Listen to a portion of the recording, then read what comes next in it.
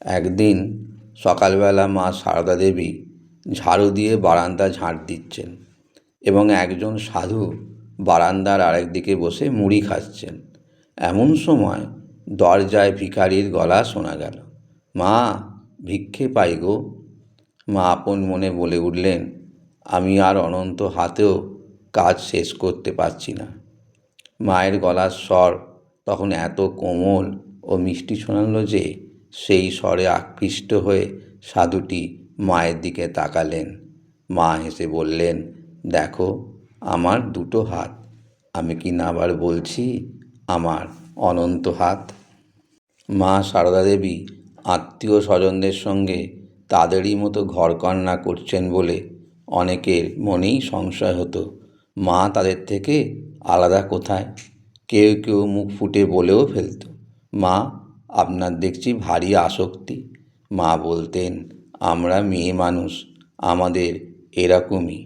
কিন্তু এক ভক্ত বারবার এই প্রশ্ন করায় মা একদিন বলেছিলেন, আমার মতো একটি বের করো দেখি। কি জানো, যারা পরমার্থ খুব চিন্তা করে তাদের মন খুব সূক্ষ্ম শুদ্ধ হয়ে যায়। সেই মন যা ধরে সেটাকে খুব আঁকড়ে ধরে, তাই আসক্তির মতো মনে হয়। বিদ্যুৎ যখন চমকায় তখন সার্সিতেই লাগে, খড়খড়িতে লাগে না। শ্রীমা তখন রয়েছেন বাঁকুড়ায়। এক কিশোর ভক্ত মায়ের পদসেবা করছেন। মা খাটে বসে আছেন, সন্তান মাটিতে। মায়ের পা দুটি দেখতে দেখতে তার একবার মনে হলো, এইরকম শিরা বের করা, চামড়া কুঁচকে যাওয়া পা, আর ইনি কিনা জগজ্জননী আদ্যাশক্তি।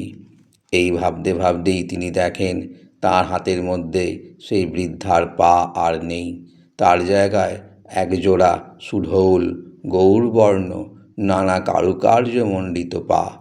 অবাক হয়ে মায়ের মুখের দিকে তাকাতে গিয়ে তিনি দেখেন 10 দিক আলো করে নানা রত্নখচিত মুকুট পরে বসে আছেন ত্রিনয়নী জগদ্ধাত্রী। সেই রূপের ছটা সহ্য করতে না পেরে তিনি মূর্ছিত হয়ে পড়লেন। জ্ঞান হলে দেখেন শ্রীমা তাঁর পরিচিত মূর্তিতে তাঁর গায়ে মাথায় হাত বুলোচ্ছেন। জয়রামবাটিতে একদিন আত্মীয়ারা অতিরিক্ত উত্ত্যক্ত করায় মা বলেছিলেন, তোরা আমাকে বেশি জ্বালাতন করিস নে। এর ভেতরে যিনি আছেন, মানে তিনি তাকে দেখিয়ে বলেছিলেন, তিনি যদি একবার ফোঁস করেন তো ব্রহ্মা বিষ্ণু মহেশ্বর কারো সাধ্য নেই যে তোদের রক্ষা করে। একদিন মা উদ্বোধনে ঠাকুর পুজো করছেন আর পাগলি মামি বিড়বিড় করে মাকে গালাগালি দিয়ে যাচ্ছেন। পূজা শেষ হলে পাগলির দিকে চেয়ে মা আপন মনেই বললেন, কত মুনি ঋষি তপস্যা করেও আমায় পায় না, আর তোরা পেয়েও হারালি। মায়ের বাড়িতে অনেক বেড়াল ছিল। বেড়ালগুলি মায়ের স্নেহ যত্নে অবাধে বংশবিস্তার করত। জ্ঞান মহারাজ একটি বিড়ালকে একদিন তুলে আছাড় দিলেন। সঙ্গে সঙ্গে মায়ের মুখ বেদনায় কালো হয়ে গেল। পরে তিনি জ্ঞান মহারাজকে বললেন, দেখো জ্ঞান, বিড়ালগুলোকে মেরো না, ওদের ভেতরেও তো আমি আছি। এ কথা শোনবার পর থেকে জ্ঞান মহারাজ আর বিড়ালকে মারতে পারেন না। নিজে নিরামিষে খেলেও বেড়ালের জন্য রোজ চুনো মাছ ভেজে ভাতের সঙ্গে দেন। মায়ের বাড়িতে গঙ্গারাম নামে এক পোষা চন্দনা ছিল। সকাল সন্ধ্যায় মা তার কাছে এসে বলতো, বাবা গঙ্গারাম, পড়ো তো। পাখি বলতো, হরে কৃষ্ণ হরে রাম, কৃষ্ণ কৃষ্ণ রাম রাম। মায়ের মুখে শুনে শুনে ব্রহ্মচারীদের নামগুলো গঙ্গারাম ভালো করে শিখে নিয়েছিল। মাঝে মাঝে সে ডেকে উঠত, ও মা, মা। অমনি মা উত্তর দিতেন, যাই বাবা যাই। পাখির মা বলে ডাকার অর্থ হলো তার খিদে পেয়েছে। জয়রামবাটি অঞ্চলের মুসলমান ডাকাত আমজাদ। মা জানেন আমজাদ ডাকাতি করে, আমজাদও জানেন মা তার ডাকাতির কথা জানেন, কিন্তু মায়ের প্রতি তার বিশেষ ভক্তি। মায়ের কাছে যখন তখন সে নিঃসংকোচে এসে হাজির হয়। কেউ সন্ত্রস্ত, কেউ বিরক্ত, শুধু দুজন নির্বিকার মা আর আমজাদ।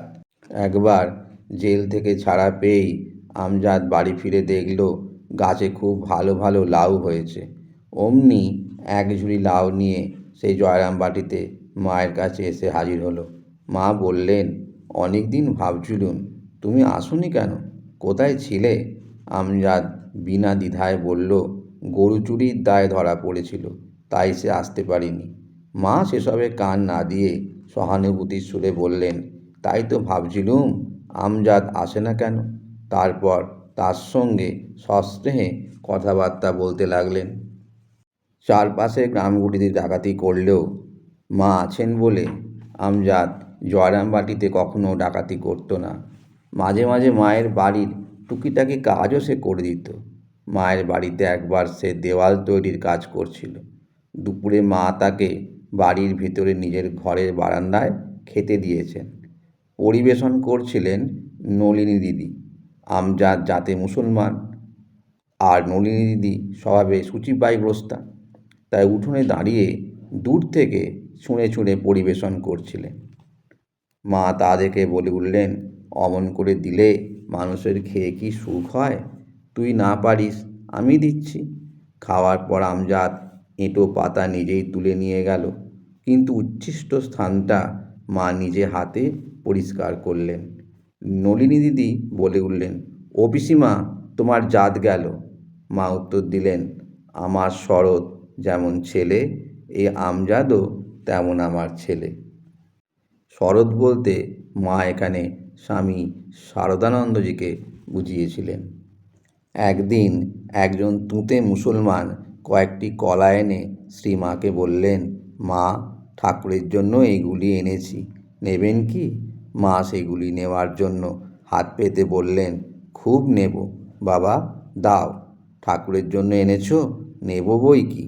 মায়ের জনৈক স্ত্রী ভক্ত সেখানে ছিলেন। তিনি শ্রীমাকে বললেন, ওরা চোর, আমরা জানি, ওর জিনিস ঠাকুরকে দেওয়া কেন?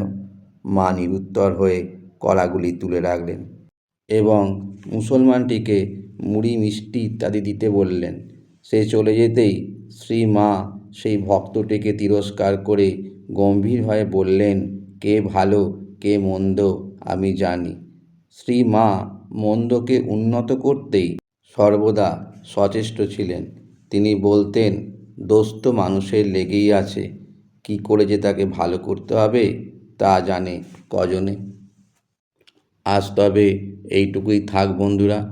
আপনাদের সঙ্গে দেখা হবে, কথা হবে এই চ্যানেলের পরবর্তী কোনো একটি ভিডিওতে।